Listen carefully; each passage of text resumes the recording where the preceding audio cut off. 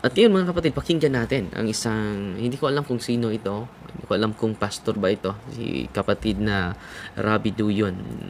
Dahil ano yung kaibahan ng pastor at pari, atin itong bigyan ng pansin. Bisaya po ito at atin itong sisikapin na matagalog dahil ginamit nila yung mga pinutol at binigyan nila ng mga komentaryo. At salamat tayo sa mga laging sumubaybay at maraming bumibisita natin dito sa maraming bumibisita natin dito sa parokya Valencia Bohol dahil na-inspire sila at hindi lang sila na-inspire, bumalik yung mga kapatid natin sa simbahan. Matapos na lagi silang sumusubaybay, sumusunod sa araw-araw, gabi-gabi na oras-oras na programa natin sa punto por punto. Ito po si kapatid na Rabbi Duyon. Hindi ko alam kung taga saan itong kapatid natin. Itong sabi niya, the chief priests and elders of the people to ano daw kaibahan sa pari at sa pastor? Ito yung kanyang sagot. Atin itong sasagutin punto por punto.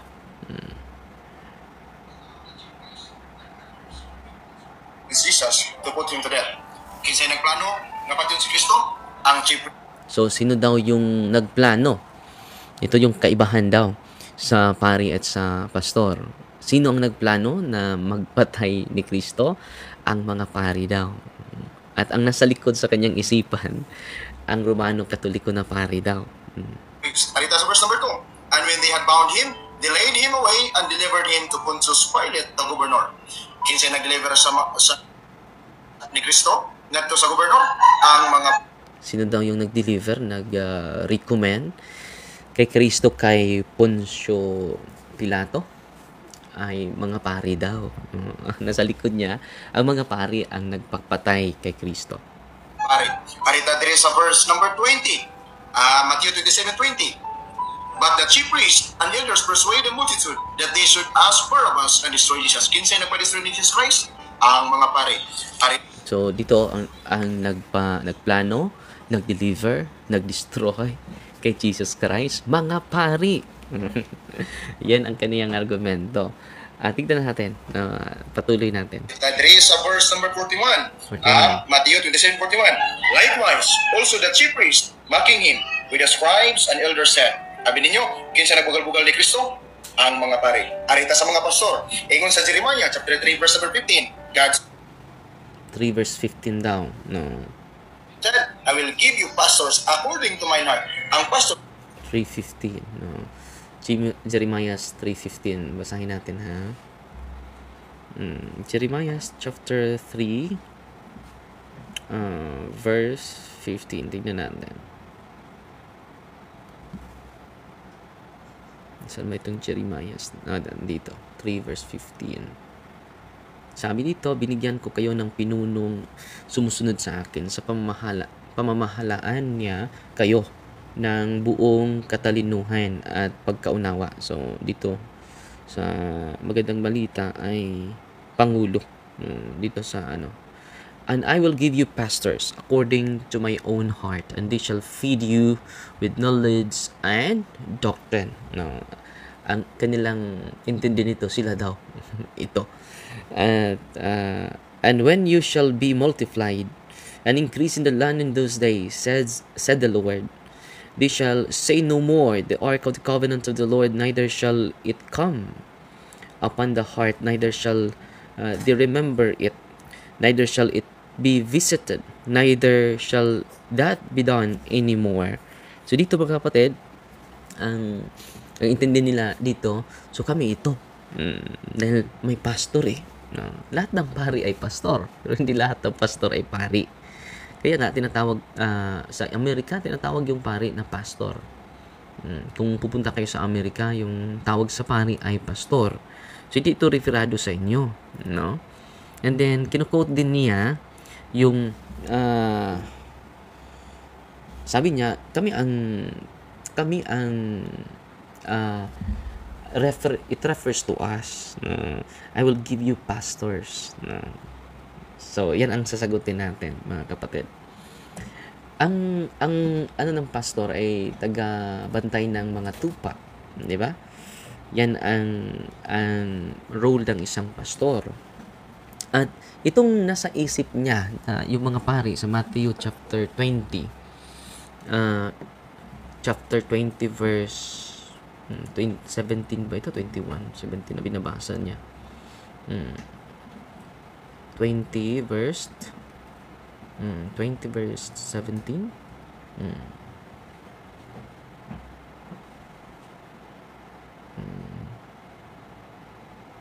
Yung ini-entrust na si Kristo sa kamay ng mga chief priests. Yung chief priest po, mga kapatid, sa New Testament, ay hindi ito reparado sa Roman Catholic. Ating i-research, mga kapatid, ha. Tingnan natin. Chief priest in the New Testament. In the New Testament. Then kung makabasa sila, mga kapatid, sa banal na kasulatan na pari, automatic Roman Catholic po. Tignan nyo, wala silang historical context, mga kapatid. Ang kanila, yung pagbabasa na term pastor, term pari, automatic, pagbabasa sila ng pari, referado na ito sa Roman Catholic. So, dito, mga kapatid, ating isiwalat ang distinction, no, sa pari ni Kristo at sa pari sa mga Hudyo. Yung pagkapari sa Roman Catholic ay inline po yun kay Kristo. Yung pagpapari, hindi po ito inline ni Kristo. Babasahin natin. Enter thebible.org. Chief priests. Chief priests were high-ranking priests in the Jewish temple. Kita ninyo? They performed sacrifices and other rites required by the Jewish religious law. With the elders and scribes of the chief priests constituted the council of highest-ranking Jews in Jerusalem during Jesus' time. Hindi pala ito Roman Catholic priests. Kita ninyo, mga kapatid, ang kanilang presentation ay half-truth. Meron, totoo talagang pari yung nagplano sa pagpatay ni Kristo. Totoo, pero hindi yung pari Katoliko. It is a Jewish priest. Kita ninyo, mga kapatid? At quote din nila ang Jeremiah chapter 3 verse 15. Hindi yan referado sa inyo. Wala pa kayo dyan. 15th century pa yung Protestant. Kailan yung Protestant na itayo? Protestant, i-search natin na naman. Church started. Tingnan natin. Ito, Protestant Church started. Tingnan nyo, Protestant Reformation began, sa dito mababasa, sa First Amendment.mtcu.edu.com. Protestant Reformation began in 1517 with Martin Luther. Yung binabasa mo is Old Testament, Jeremiah chapter 3 verse 15. Wala pa kayo. Bago pa nga kayo eh. Mas mabuti pa ito sa Luther, 15th century, kayo mga year 2000 pa. The Reformation generally is recognized to have begun in 1517 when Martin Luther, 1483 to 1546, a German monk, a university professor, posted his 1905 thesis on the door of the castle church in Wittenberg. Luther argued that the church has to be reformed. So, kailan lang kayo nagsimula, mga kapatid? 1517. Ang kino-quote mo is Jeremiah chapter 3 verse 15. Malayo. Hindi po yan nag-refer sa inyo. Tinatawag po yan na accommodated sense of interpreting the Bible. Nakabasa ka ng pastor, automatic kayo na yan. Pambihira naman itong kapatid natin. Nakabasa ng pare, kami na yan. Automatic agad. At ang mga apostol ba ay pari? Dito. Who was the chief priest in the Bible? Basahin natin ang history, mga kapatid. Even though Aaron was the first high priest mentioned in the book of Exodus, Louis Gimbert in Legends of the Jews noted that in Legends, the first man that assumed the title high priest of God is Enoch, was succeeded by Methuselah, Lamech, Noah, Nazim, Melchizedek, Abraham, Isaac, and Levi. No? Kita niyo, high priest pala si Abraham. Sabi ni Bayinting nung una ay, hindi siya religious leader. Tingnan niyo, mahuhuli yung mga kapatid natin sa kanilang sariling argumento. Tingnan natin din ang etymology of the word pastor. Tingnan natin etymology of the word pastor. Dito mga kapatid, it is Latin. The Latin word of pastor is passere. Ang kahulugan ay shepherd. From Anglo-Norman French, pastor, from Latin pastor, shepherd. From the past word is fed. So pag other word is minister. Minister. So yan ang etymology sa word pastor, shepherd. Kaya nga yung pare itinatawag. Kung pupunta ka doon sa sino ba yung shepherd mo, sino ba yung pastor mo, it refers to the priest. Doon sa Amerika, ang pari ay tinatawag na pastor. Kung makapunta kayo sa Amerika, kapatid, na-amaze nga ako dahil pag-uwi ni Father kaibigan ko taga Valencia, si Father Idik Monreal, pastor yung tawag nila doon sa Amerika. So therefore, ang pari ay shepherd sa parokya. So lahat ng pari ay pastor dahil shepherd po yan, no?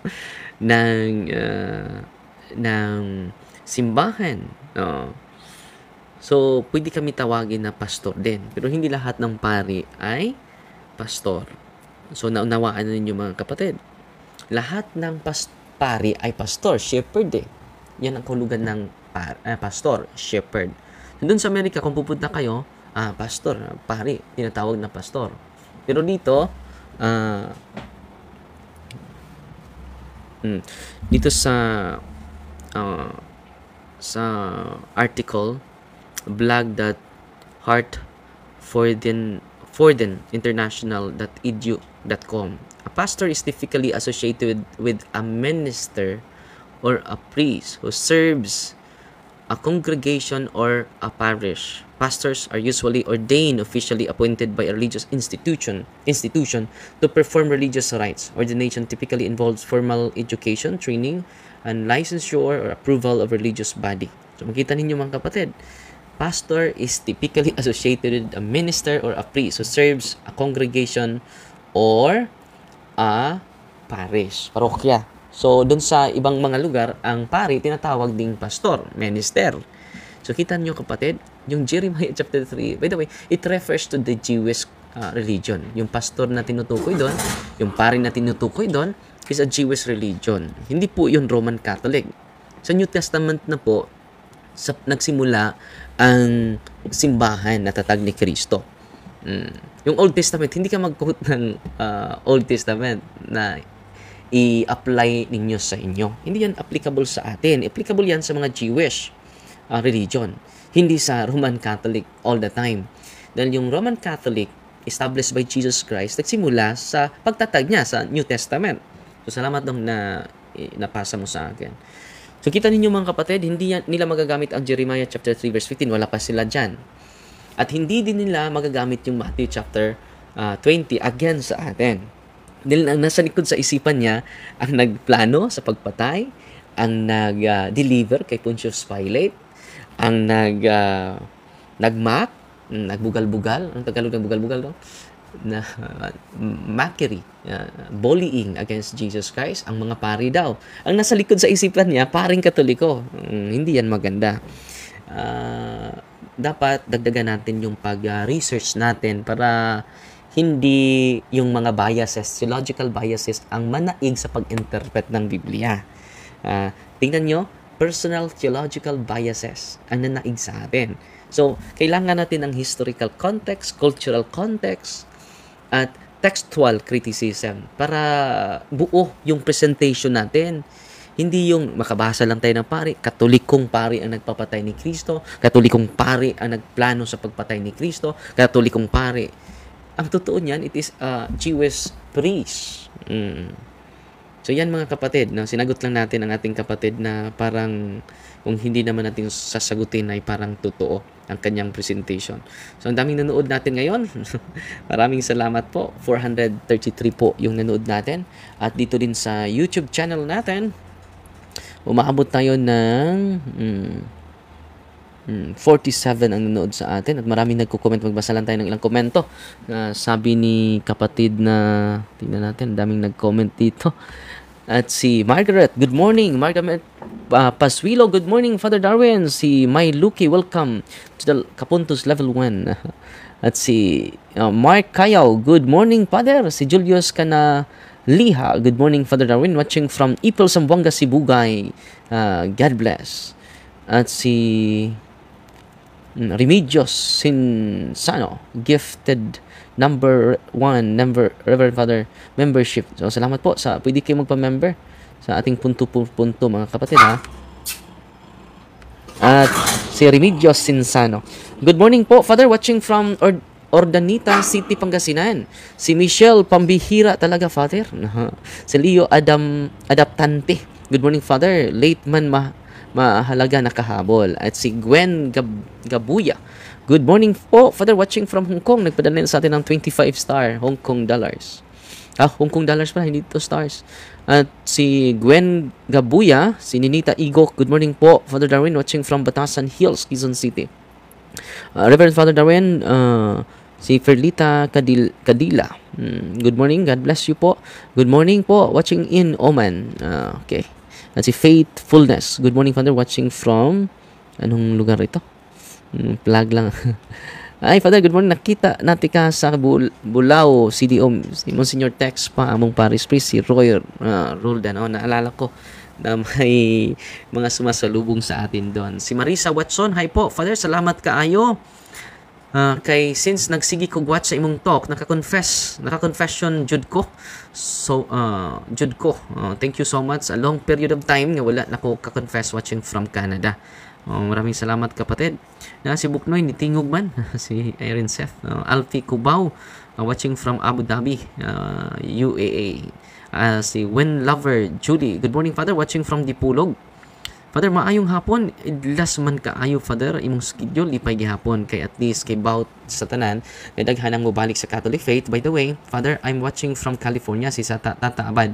Akong brother si Neil Aldrin Villanueva Abad, kinahanglan kaayo sa mga pag-ampo. Salamat ka Igsoon sa patuloy na ano po ba yung pagsubaybay? Ano po ba yung stand sa Catholic Church? Apocalypse chapter 7 verse 3 to tingnan natin 7. Revelation chapter 7. Babasahin muna natin, 7 verse 2 to 3. 2 to 3. I saw another angel ascending from the rising of the sun, having the sign of the living God, and he cried with a loud voice to the 4 angels, to whom it was given to earth, the earth, and the sea, saying, earth, not the earth, not the sea, nor the trees, till we sign the servant of God in their foreheads. So, I heard the number of them that were signed, 144,000 were signed, and every tribe of the children of Israel. Of the tribe of Judah were 12,000 signed. Of the tribe of Reuben, 12,000 signed. Of the tribe of Gad, 12,000 signed. Of the tribe of Azar. For winds of the earth, that they should not blow upon the earth, nor upon the sea, nor on the tree. It is all about martyrdom, kapatid. So, itong 444,000 were signed in every tribe. It is all about martyrdom. So, yan ang nangyari sa first century, di ba? Inuusig sila, pinapatay sila. So, it is all about martyrdom. So, yung sign of the forehead, till we sign the servants of our God in the foreheads. It is all about the sign of the Holy Spirit through our baptism. And many were martyred during this time, mga kapatid. So, pero titingnan natin yung commentary dahil yung tingnan natin yung commentary sa Revelation chapter, Catholic commentary. Mabasahin muna natin ha. Catholic commentary on Revelation chapter 7. Revelation chapter 7.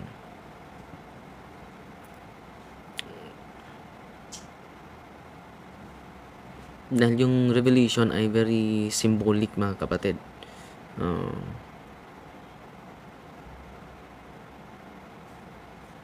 Sabi dito, the concept of revelation, none of them bears a close resemblance to the idea of revelation found in the Bible. The Christianity, Roman Catholic theologians distinguish between revelation in a broad sense, which means knowledge of God deduced from facts about the natural world and human existence, and revelation in the strict formal sense, which means the utterance of God. This latter idea can be conceived only by analogy with human utterance. So, mga analogy lang, hindi natin yung revelation ng Panginoon, hindi natin ma-interpret literal. Dahil hindi natin ma-deduce yung knowledge sa Panginoon sa isang lang lingwahe, sa isang term, sa isang lang idea. So, this revelation idea can be conceived only by analogy with human utterances, and its precise definition involves difficulties. So, yung mga revelation, mga kapatid, precise definition involves difficulties. In the early idea of revelation is the one found in the Hebrew scriptures, in which the speech of God is addressed to Moses and prophets. They in turn are described as quoting the words of God rather than interpreting them. Jesus, as the fulfillment of the prophets, is not merely speaking the word of God. He is the word of God. This phrase, which occurs only in the opening verse of the both Gospel and the first letter of John, has become technical term in theology. Jesus is the incarnate Word. As such, He is both the revealer and the revealed. No? Yan ang context, mga kapatid. So, si Kristo ay iba. He is the revealer and the revealed. Both the revealer, siya ang nag-reveal, siya din ang revealed. Siya ang, magkaiba yung inspired word, ha? It is the Bible. The incarnated word, it is Jesus. Dahil hindi yan na-distinguish sa mga kapatid natin. So, dito, revelation of proposition as the collection of timeless and changeless verities, almost like a string of pearls, is no longer attainable. Every utterance that is called a revelation was formed by definite time. So, yung revelation sa the Book of Revelation, Catholic Answers, dito sa Catholic Answers, babasahin natin. Malapit na tayo matapos. The last book in the biblical canon of New Testament is the book of Apocalypse, or Revelation, written by John toward the end of the reign of Emperor Domitian, 95 AD. When he was in exile in the island of Patmos, nandun siya sa Patmos, isla sa Patmos. John's authorship is affirmed by Justin, Irenaeus, Clement of Alexandria, Tertullian, and the Moratory fragment, really by the entire tradition of the church from the 2nd century forward. The doctrine contained in this book and that in the fourth gospel run parallel to each other, dahil yung theology ni Saint John ay mataas eh. Yun din ang gift niya sa Panginoon.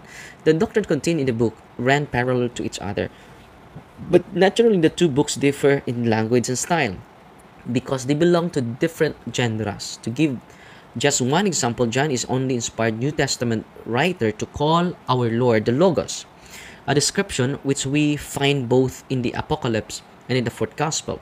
Also, both books have a pronounced preference for contrast, such as light and darkness, truth and lies, life and death, the Lamb and the Beast, Jerusalem and Babylon, the Archangel Michael and the Dragon. So yan po yung mga imagery ni St. John. The last book of the Bible belongs to the genre of apocalyptic literature, a variant of prophetic literature differing from the latter, in that prophecy takes at its points to departure human events, judging them in the light of the covenant, whereas Apocalypse is a revelation which God communicates to man by projecting a vision of the future. So itong is vision. It is apocalyptic literature. Ang genre nito ay prophetic literature. Uh, it's a vision of the future. Although sometimes it does make reference to present historical events insofar as they help to announce future events. So itong apocalypse mga kapatid, hindi talaga ito nangyari lahat sa panahon ni St. John. It is a vision of the future. The aim of the apocalypse, the most difficult book of the Bible to interpret, is immensely practical. It contains a series of warnings addressed to the people of all epochs, hindi lang sa era ngayon, for all eras. For it views from eternal perspective the dangers, internal and external, which affect the church in all epochs. So yung sinabi niya sa Revelation chapter 7, it is not only happen in their time, it is continuous. No? As far as external perils are concerned, the book uses as a starting point the persecution on the early Christians suffered from the time of Nero onward, particularly those experienced in Rome and in Asia Minor, which were the places where Christianity had put down its deepest roots. Internally, the danger came from the heresies, which were beginning to develop from defections, which were beginning to undermine the unity of the church, and a situation not helped by those who had lost the fervor of their first charity. Many Christians thought that after the destruction of the Temple of Jerusalem in the year 70, after which Judaism was no longer a threat of any kind, the church would enter into an era of peace and tranquility. Instead, they had to cope with new and very violent persecution. More more formidable ones seemed to face them. So, yung nangyari, sinasabi niya, it is all about the persecution of the church. Natin yung angels, minsan, it refers to the bishop of the Catholic Church. So, yung, ilan yun? 400 or 40 ka mga tao nag-suffer. John, inspired by God, tries to answer this question. The first thing which God has given him to see is that the Redeemer is indeed triumphant. Yan po ang highlight sa Revelation. Triumphant, and the faithful are victors with him. But he also points out that the church will be persecuted throughout its pilgrim way on earth. The faithful will suffer the same lot. If they stay united to the Lamb, the powers of darkness will make war unceasingly against the spouse of Christ, the church, and will try to undermine the faith of the believers. But they should not be dismayed. The church will always triumph over its persecutors, and in union with the church, the faithful who stay true to the end will also achieve victory. So it is all about victory. Jesus is the Redeemer, and He is victorious. And when we unite ourselves to Him, we will be victorious also at the end of time. So yan lang ang mensahe mga kapatid. At haharap talaga tayo ng mga pagsubok sa buhay, mga persecution. Yan yung highlight sa buong Revelation mga kapatid. Magpatatag tayo dahil kasama natin ang Diyos. Ang Diyos ay victorious. At yan lang sa muna pagka ngayon mga kapatid ha. At i-recognize natin ang mga very generous na nagpadala sa atin ng mga stars ngayon. So, ang nanood natin ngayon, ang daming nanood natin ngayon ha. At sa live din natin sa kabilang Signa 88 na yung nangunguna sa nagpadala ng stars natin si Sister Millie Oliva 1,500 at si Sister Sheila Vito 800 stars at si Dorns Ivanias Abuan. Good evening po, Father. Pwede ko bang i-deliverance ang anak na may asawa na bumukod na ng buhay? Yes, anak mo yan, and then receive also the sacrament of protection, confession, and receive the Eucharist at practice cares. At sana yan din ang gawin ng anak mo. Si Jude Natalie Saysay, nadala sa atin ng 499 stars. At si Tata Abad, 200 stars. At si kapatid na Ami, lagi itong nagpadala sa atin, na Cuba na Ilga, 150 stars. Si Mercy Alferez, 120 stars. At si kapatid na Adeline Oka, lagi din itong nagpadala ng stars. Salamat po. At si Sister 110, si Gina Guevara, 100 stars. At si kapatid na Mariki Kiken Villarin, good morning Father Darwin, 100 stars. Bago ito. At si Helen Pia Rekerme, bago din ito. Ipadala sa atin ng 100 stars. Lagi po ito si Bernarda Ibarzabal. God bless Father. Sana po sa Negros Oriental ka po ma-assign. Ipadala sa atin ng 60 stars. At si kapatid na Tal Pinas Maputol. First time po ito, 60 stars. Thea Umila Barasi, first time din, 50 stars. Salamat. Si Bibi de Tiso, nagpadala na ito sa atin. Always. So maraming salamat sa mga nagpadala ng mga stars. Ang Diyos na po ang magsukli sa kabutihan ninyong lahat. At dito din, may nagpadala din sa atin ng si Remedios Sisano, 100 pesos sa live natin. At si Karen Calago, 49 pesos. Maraming salamat sa mga generous na nagpadala ng mga, ang tawag dito, mga blessing nila.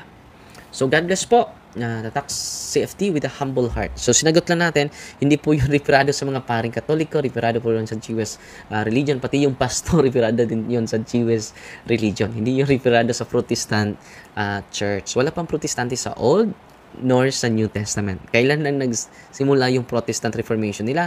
1517. Wala sila sa Biblia. No? Nagko-quote lang sila sa Biblia kahit hindi referado sa kanila. No? Hindi referado sa kanila. Mas mabuti pa tayo, nakaabot tayo. No? Bakit? Nung natatag ni Kristo ang kanyang simbahan, doon tayo nagsimula. Mateo 16:18. Nakaabot tayo sa New Testament. So, lahat ng teksto na ginagamit nila is out of context. Yung atin is based on historical context, cultural context, biblical context, and until now, na contemporary time. So, broad yung ating presentation. Sa kanila ay basa-basa lang and then parang kami ang tinutukoy dito. Hindi talaga kayo ang tinutukoy dyan. Dahil sa Old and New Testament, wala pa kayo. Mas mabuti pa kami nakaabot sa New Testament.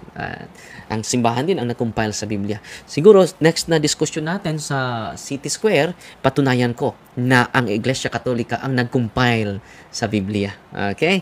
So, yan ang isas magandang diskusyon dahil maraming mga si Discipleship Journal ang layo ng kanyang mga theological conclusion and theological reflection. So, hindi tayo naghahanap ng gulo. Sinasagot lang natin with a humble heart, with humility, with a great charity in our hearts. Mga kapatid. The Lord be with you. The Almighty God bless you. In the name of the Father, the Son, the Holy Spirit. Amen. God bless.